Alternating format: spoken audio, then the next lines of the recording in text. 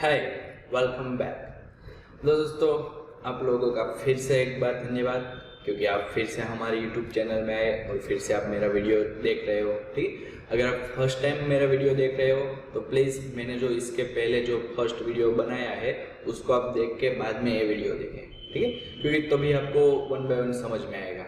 तो दोस्तों, हमने जो लास्ट लेक्चर था, लास्ट जो हमारा सेशन था, उसमें हमने देखा था कि भाई किस तरह से सी लैंग्वेज का मीन्स यूज़ करते हैं हम, और प्रोग्रामिंग वर्ल्ड के अंदर, डेवलपमेंट वर्ल्ड के अंदर हम किस तरह से आगे बढ़ सकते हैं। ठीक, तो उसमें से छोटा सा एक टॉपिक मैंने आपको बताया था कि सी लैंग्वेज क्या है, ठीक है, और उसमें मैंने आपको सॉफ्टवेयर का सेटअप करके भी बताया था कि भाई किस तरह से सॉफ्टवेयर का सेटअप करें। तो दोस्तों, उसी सॉफ्टवेयर के अंदर आज हम एक प्रोग्राम करने वाले हैं, ठीक है। आई होप कि आप एक्साइटेड हो कि भाई किस तरह से सी लैंग्वेज के अंदर हम प्रोग्राम बनाएंगे और किस तरह से हमें आउटपुट मिलेगा। तो दोस्तों, फर्स्ट ऑफ ऑल ये कि आज के लेक्चर में हम पढ़ने क्या वाले हैं, ठीक। तो दोस्तों, आज के लेक्चर में हम ये पढ़ने वाले हैं कि भाई नॉर्मली हम कोई भी सी लैंग्वेज के अंदर कोड करके नॉर्मली हम कोई भी एक आउटपुट स्क्रीन में मैसेज किस तरह से प्रिंट करवा सकते हैं, और बाद में कोई भी मैसेज होता है, आपका नाम भी आप प्रिंट करवा सकते हो, या तो आपका बायोडेटा प्रिंट करवाना तो वो भी प्रिंट करवा सकते हो, कोई भी, ठीक है। तो सिंपल आज मैं यही बताना चाहता हूँ कि भाई सिंपली किस तरह से आउटपुट स्क्रीन में हम मैसेज प्रिंट करते हैं, ठीक है। सो दोस्तों, आगे बढ़ते हैं टाइम वेस्ट किए बिना। तो यहाँ पर आप देख सकते हो इंट्रो का जो पूरा वर्ड फाइल है वो मैंने आपको लास्ट लेक्चर में समझाया था। अब ये देखिए, लास्ट में जो प्रिंटफ लिखा है वो हमने क्लियर नहीं किया था पूरा, ठीक है। तो प्रिंटफ क्या है? तो प्रिंटफ एक वन टाइप ऑफ फंक्शन है, क्योंकि सी लैंग्वेज के अंदर आपको जो भी कोई फंक्शनलिटी आपको करवानी है तो उसके लिए कोई ना कोई एक फंक्शन तो होगा ही, ठीक है। वो फंक्शन ही आपको यूज़ करना पड़ेगा, तभी आपकी जो भी फंक्शनलिटी आपको करवानी है वो कर सकते हो। तो प्रिंटफ वन टाइप ऑफ एक फंक्शन है, और वो वर्क क्या करेगा? फंक्शन तो है, चलो हम समझ गए, और जो भी आपको वर्क करवाना है उसके लिए अलग अलग फंक्शनलिटी यूज़ करनी है। तो प्रिंटफ का वर्क क्या है? तो आपको आउटपुट स्क्रीन में कुछ भी मैसेज प्रिंट करवाना है, कोई भी आउटपुट मैसेज प्रिंट करवाना है, तो उसके लिए आप प्रिंटफ का यूज़ कर सकते हो, क्योंकि प्रिंटफ के अंदर डबल कोटेशन के अंदर जो भी मैसेज पास करने वाले हो वो एज इट इज आपके आउटपुट स्क्रीन में प्रिंट हो जाएगा, सिंपल, ठीक है। तो यहाँ पर देखिए, प्रिंटफ के अंदर डबल कोटेशन मैंने किए हैं और उसके अंदर मैंने लिख दिया हेलो वर्ल्ड। तो अब क्या होगा कि भाई जैसे ही मैं सी लैंग्वेज के अंदर इतना कोड लिखूंगा तो मुझे आउटपुट स्क्रीन में हेलो वर्ड प्रिंट हुआ मिले, ठीक। अभी इतने में तो नहीं आता और कुछ भी कोड लिखना पड़ता है, लेकिन वो वन बाय वन समझेंगे। तो दोस्तों, जो सॉफ्टवेयर का मैंने सेटअप किया था, मतलब कि आपको करवाया था, वो सॉफ्टवेयर यहाँ पर मैं ओपन करता हूँ तो इस टाइप का कुछ था, ठीक। यहाँ पर मैंने बोला था कि फाइल में जाके आपको न्यू ऑप्शन सिलेक्ट करना है, जिससे क्या होगा कि ब्लू कलर की स्क्रीन ओपन होगी, और ये जो ब्लू कलर की स्क्रीन है वो हमारी इनपुट स्क्रीन है। क्यों? क्योंकि यहाँ पर हम कोड इनपुट करने वाले हैं, इसलिए, ठीक। अब देखिए, ये जो हाफ में है उसको फुल स्क्रीन करने के लिए हम क्या कर सकते हैं? तो भाई F5 से हमारी स्क्रीन हाफ फुल होती है, क्लियर। तो देखिए, अब इसमें कोड हमें स्टार्ट करना है। तो देखिए दोस्तों, इस तरह से डायरेक्ट मैं प्रिंटफ लिख दूंगा और हमारा आउटपुट मिलेगा, ऐसा नहीं है। जब भी आप सी लैंग्वेज के अंदर कोड लिखना स्टार्ट करो तब फर्स्ट ऑफ ऑल आपको दो हेडर फाइल इंक्लूड करनी है। अब सर ये दो हेडर फाइल क्या है? मतलब कि हेडर फाइल ही पहले तो क्या है? दो तो साइड में है, दो या तो वन, लेकिन हेडर फाइल क्या है? तो दोस्तों, हेडर फाइल एक ऐसा टॉपिक है, एक ऐसा मंच है कि जिसके अंदर हमारी सारी फंक्शनलिटी स्टोर है। मतलब कि जो भी आपको फंक्शन यूज़ करना है, सिंपली मान लो कि प्रिंटफ फंक्शन मुझे अभी यूज़ करना है तो वो भी कहीं ना कहीं स्टोर होगा, ठीक है। हमने तो नहीं बनाया, हम तो क्या करने वाले हैं, सी लैंग्वेज के जो इनबिल्ट फंक्शन है वो यूज़ करने वाले हैं हमारे आउटपुट के लिए, ठीक। तो प्रिंटफ फंक्शन कहीं ना कहीं एक जगह पर स्टोर होगा, तो जिस जगह पर स्टोर है वो जगह को मुझे क्या करना पड़ेगा? कॉल करवाना पड़ेगा। फॉर एग्जाम्पल, मान लो कि आपका फ़ोन मुझे यूज़ करना है, ठीक है, आपका फ़ोन पर्सनल फ़ोन है, वो मुझे यूज़ करना है, तो डायरेक्टली मैं यूज़ नहीं कर सकता। मैं क्या करूँगा? पहले आपको कॉल करवाऊंगा, देन आफ्टर आपका पर्सनल फ़ोन यूज़ करूँगा। तो यहाँ पर भी ऐसा है कि सी लैंग्वेज के जो इनबिल्ट फंक्शन है उसको आपको कॉल करवाना है, मतलब कि यूज़ करना है, तो जो जगह पर वो स्टोर है उस जगह को पहले आपको क्या करना पड़ेगा? कॉल। जिससे क्या होगा कि उस जगह में से जो भी फंक्शन आपको यूज़ करना है वो आप इजीली यूज़ कर पाओगे, ठीक। तो उसके लिए हमें हेडर फाइल इंक्लूड करनी होगी, और वो हेडर फाइल कौन कौन सी है? तो फर्स्ट है हैज़ इंक्लूड। यहाँ पर देखिए, इस तरह से हेडर फाइल इंक्लूड करने वाले हैं, ठीक है। पहले आपको हैज़ लिखना है, बाद में इंक्लूड वर्ड लिखना है, देन आफ्टर एंगल ब्रैकेट। ये जो मैंने लेस देन ग्रेटर देन किए है उसको क्या बोलते हैं? एंगल ब्रैकेट, ठीक है। एंगल ब्रैकेट के अंदर फर्स्ट है stdio studio.h करके हेडर फाइल है, ठीक है। हेडर फाइल का नाम है, stdio.h, h for header file. बाद में है हैज इंक्लूड। अब दूसरी भी फाइल हमें इंक्लूड करनी है, तो वो कौन सी फाइल है, तो भाई conio.h, conio.h। तो दोस्तों ये दो हेडर फाइल आपको फर्स्ट ऑफ ऑल इस तरह से इंक्लूड करनी है। अब studio.h का पूरा नाम है स्टैंडर्ड इनपुट आउटपुट और conio.h का पूरा नाम है कॉन्सोल इनपुट आउटपुट। क्लियर। अब ये दोनों हेडर फाइल है, उसके अंदर से हमारा सारा कोड जो भी फंक्शनैलिटी है, सारा फंक्शंस है वो हमें मिलने वाला है। क्लियर। तो अब आगे बढ़ते हैं। तो अब मैं प्रिंटफ लिखूं? नहीं, अभी भी प्रिंटफ नहीं लिखना है। आपको क्या करना पड़ेगा, फर्स्ट ऑफ ऑल आपको हेडर फाइल इंक्लूड करके void func करके void main करके आपको एक मेन फंक्शन बनाना होगा, इस तरह से कुछ। ठीक है, void main करके आपको एक मेन फंक्शन बनाना पड़ेगा। अब दोस्तों अब void main का क्या यूज है, हेडर फाइल तो हमने समझ लिया, चलो इसलिए यूज होता है कि भाई जो भी फंक्शनैलिटी है उसके अंदर है तो उसको यूज करना है, तो हमें हेडर फाइल इंक्लूड करना पड़ेगा कंपलसरी।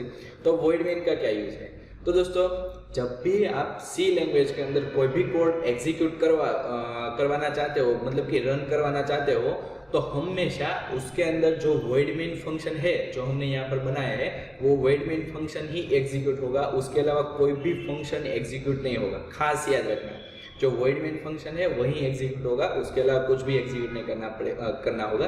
तो कंपलसरी है void main तो आपको लगाना ही पड़ेगा, क्योंकि उसके अलावा तो हमारा कोड नहीं चलेगा। क्लियर। तो यहाँ पर void main फंक्शन हमने बना दिया है। void है वो एक one type of return type है, लेकिन कुछ भी रिटर्न नहीं करता। अब रिटर्न टाइप क्या है, रिटर्न करता है किस तरह से पता चले, तो उस झंझट में अभी हमें नहीं पढ़ना, क्योंकि भाई आप एज अ बिगिनर हो, आपको उसमें समझ में नहीं आएगा, क्योंकि सी लैंग्वेज के आगे के टॉपिक में हम पूरा फंक्शन का चैप्टर ही लेने वाले हैं, तो उसमें आपको ज़्यादा समझ में आ जाएगा। तो अभी सिंपल है, इतना याद रखो कि void है और नो रिटर्न टाइप है। क्लियर। बाद में जो मेन फंक्शन हमने नेम रखा है, जो मेन लिखा है वो मेन क्या हुआ, फंक्शन का नेम। ठीक है, कंपलसरी यही लिखना है। बाद में सर्कल ब्रैकेट, जो भी फंक्शन आप क्रिएट करो या तो कॉल करवाओगे उसके पीछे सर्कल ब्रैकेट आएगा। आप ऐसा भी बोल सकते हो कि जिसके नाम के पीछे सर्कल ब्रैकेट हो उसको क्या बोलेंगे हम, फंक्शन। ठीक है, तो एक साइन है जिससे आप इजीली उसको याद कर सकते हो। बाद में है starting curly bracket to ending curly bracket. Clear. तो ए क्या हुआ, तो भाई ए उसकी बॉडी हुई, void main फंक्शन जो है उसकी बॉडी हुई। ठीक है, starting curly bracket to ending curly bracket, मतलब कि उसके अंदर आप जो भी कोड लिखोगे वही एग्जीक्यूट होगा, उसके अलावा कुछ भी। क्योंकि अभी मैंने बताया आपको void main ही एग्जीक्यूट होगा, उसके अलावा कुछ भी एग्जीक्यूट नहीं होगा। तो ऑब्वियसली सीधी सी बात है कि आपको जो भी कोड लिखना है वो void main के अंदर ही लिखना पड़ेगा। और अंदर मतलब कहाँ पर, तो यहाँ पर जो curly bracket starting curly bracket to ending curly bracket है, मतलब कि उसकी जो बॉडी है उसके अंदर सिंपल। ठीक है, तो इसके अंदर हम कोड लिखते हैं। तो अब हमारा जो printf फंक्शन है वो हम इम्प्लीमेंट करते हैं, क्योंकि हमें आउटपुट स्क्रीन में नॉर्मल एक मैसेज प्रिंट करवाना है। क्लियर। तो उसके लिए हम printf फंक्शन का यूज कर सकते हैं। तो यहाँ पर देखिए दोस्तों, printf सर्कल ब्रैकेट और सेमीकोलन, लास्ट में आपको कंपलसरी सेमीकोलन करना है। अब देखिए printf भी एक वन टाइप ऑफ फंक्शन है, क्योंकि इसके नाम के पीछे भी सर्कल ब्रैकेट है। लेकिन दोस्तों आप ये सोच रहे होगे कि सेमीकोलन क्यों करना है, तो यहाँ पर printf फंक्शन आपने बनाया नहीं है, समझिए, आपने बनाया नहीं है। आप क्या कर रहे हो, printf फंक्शन डायरेक्ट यूज कर रहे हो, मतलब कि कॉल करवा रहे हो। ऑलरेडी वो बन चुका है, आप सिर्फ आपके यूज मुताबिक कॉल कर रहे हो।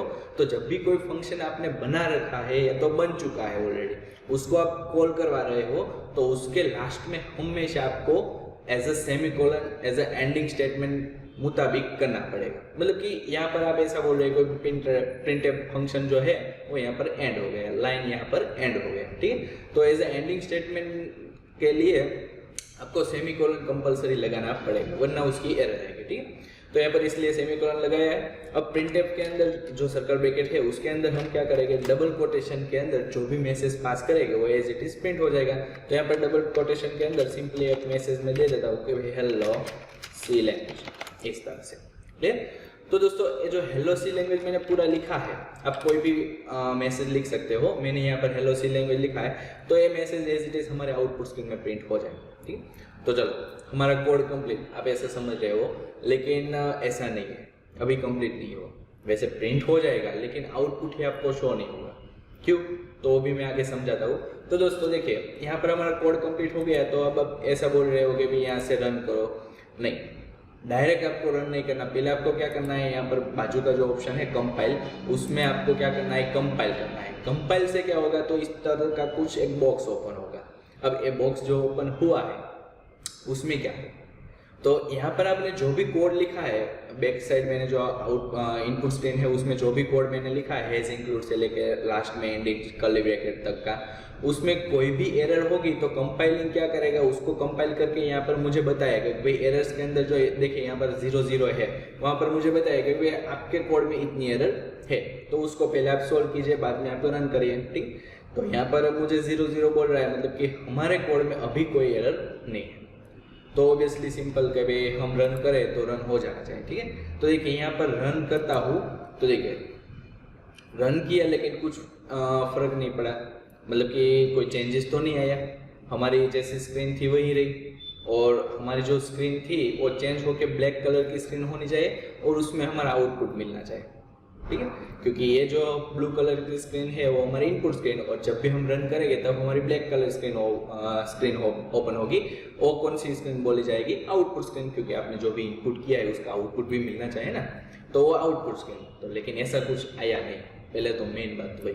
ठीक है, तो प्रिंटफ ने प्रिंट कर दिया लेकिन आउटपुट स्क्रीन नहीं आई। अब देखिए दोस्तों, जैसे मैं रन करता हूँ, अब रन की शॉर्टकट की भी है, यहाँ पर आप देख सकते हो रन की शॉर्टकट की कंट्रोल F9 और कंपाइलर की अल्टर F9। ठीक है, तो कंट्रोल F9 करके भी मैं रन कर सकता हूँ। तो देखिए यहाँ पर रन करता हूँ लेकिन आउटपुट नहीं आ रहा, सिंपल सा कंपाइलर वाला बॉक्स आपको दिखाई दे रहा होगा और तुरंत ही चला जाएगा। ठीक, ऐसा कुछ लग रहा है, लेकिन हमारा तो मेन गोल है कि आउटपुट स्क्रीन में मैसेज प्रिंट होकर हमें शो होना चाहिए।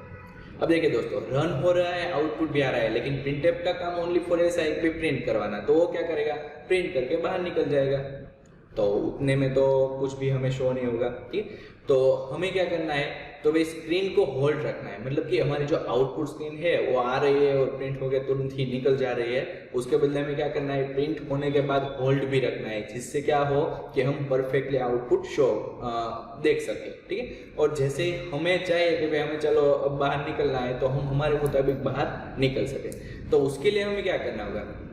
तो देखिए दोस्तों, जैसे हमने मैसेज प्रिंट करवाने के लिए प्रिंटफ फंक्शन का यूज़ किया, उसी तरह से आपको स्क्रीन को होल्ड करने के लिए getch फंक्शन यूज होगा।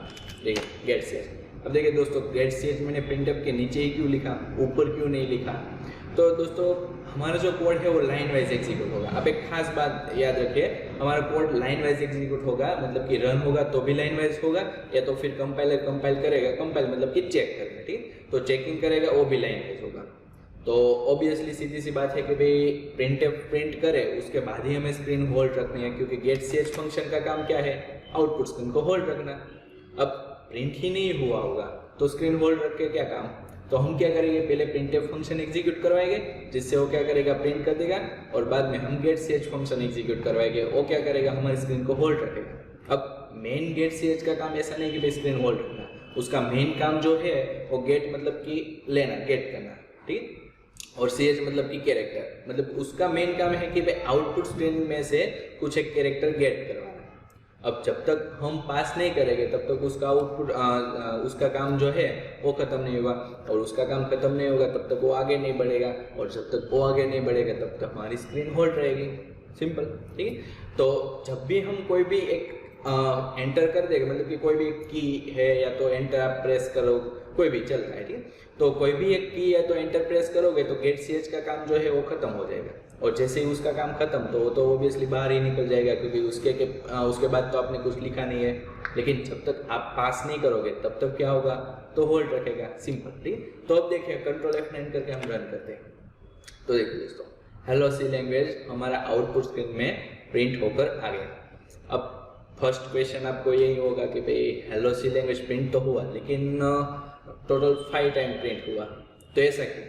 तो देखिए दोस्तों, हमने जब भी रन किया था, अभी फर्स्ट टाइम रन नहीं किया, उसके पहले मैंने रन किया था, ठीक है, लेकिन वहाँ पर हमारे आउटपुट स्क्रीन होल्ड नहीं रही, लेकिन रन तो हो ही रहा था, ठीक है, आउटपुट स्क्रीन होल्ड नहीं रह रही थी, लेकिन हमारे स्क्रीन हमारा जो कोड है वो तो रन हो रहा था।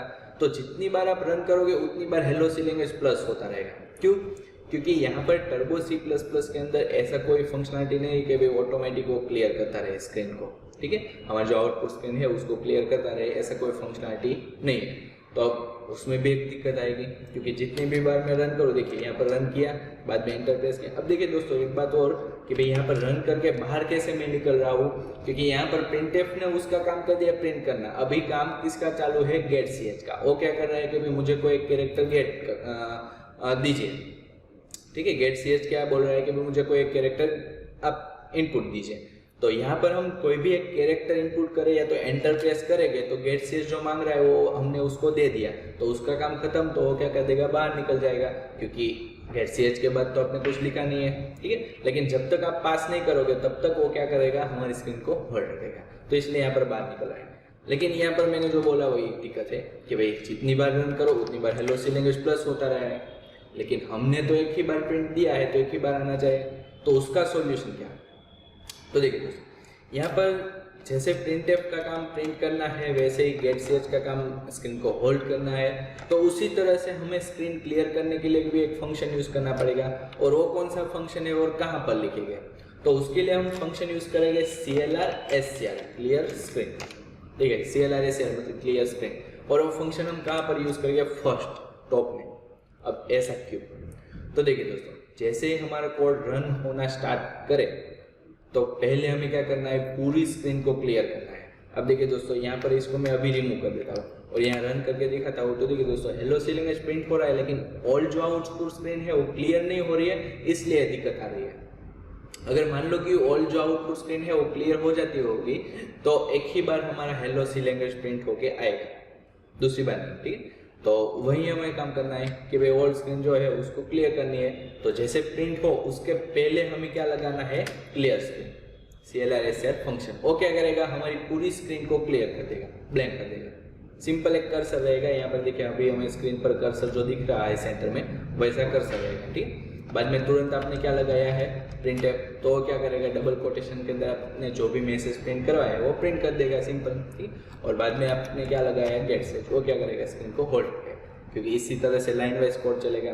तो देखिए अब रन करते हैं, देखिए सिंगल टाइम आपका आउटपुट आया हेलो सी लैंग्वेज। क्यों, क्योंकि पहले क्लियर स्क्रीन ने क्या कर दिया, पूरा स्क्रीन क्लियर कर दिया। बाद में प्रिंटफ ने क्या किया, जो प्रिंट कराया था वो प्रिंट करके यहाँ पर दिया है।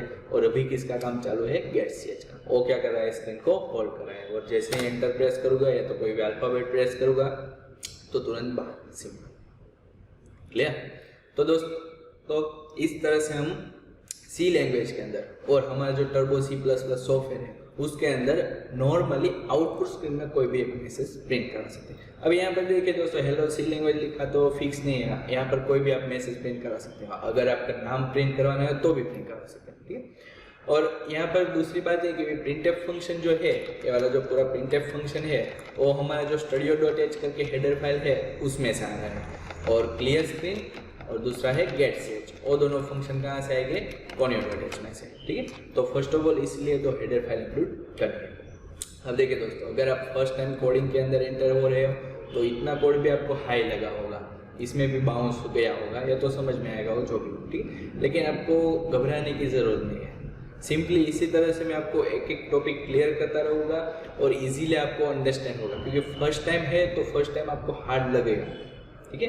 क्योंकि फर्स्ट टाइम अगर आप मान लो कि फर्स्ट टाइम छोटे बच्चे थे, ठीक है, तो फर्स्ट टाइम से ही डायरेक्ट बोलना तो चालू नहीं हो गए होगे, ठीक है। पहले आपने एक वर्ड पकड़ा होगा और वर्ड से भी पहले आपने कोई कैरेक्टर पकड़ा होगा कि भाई एक एक कैरेक्टर आप बोल रहे होगे, बाद में एक वर्ड बोल रहे होगे और बाद में आप सेंटेंस बनाए, ठीक है। तो ऐसे ही आपने बोलना चालू किया।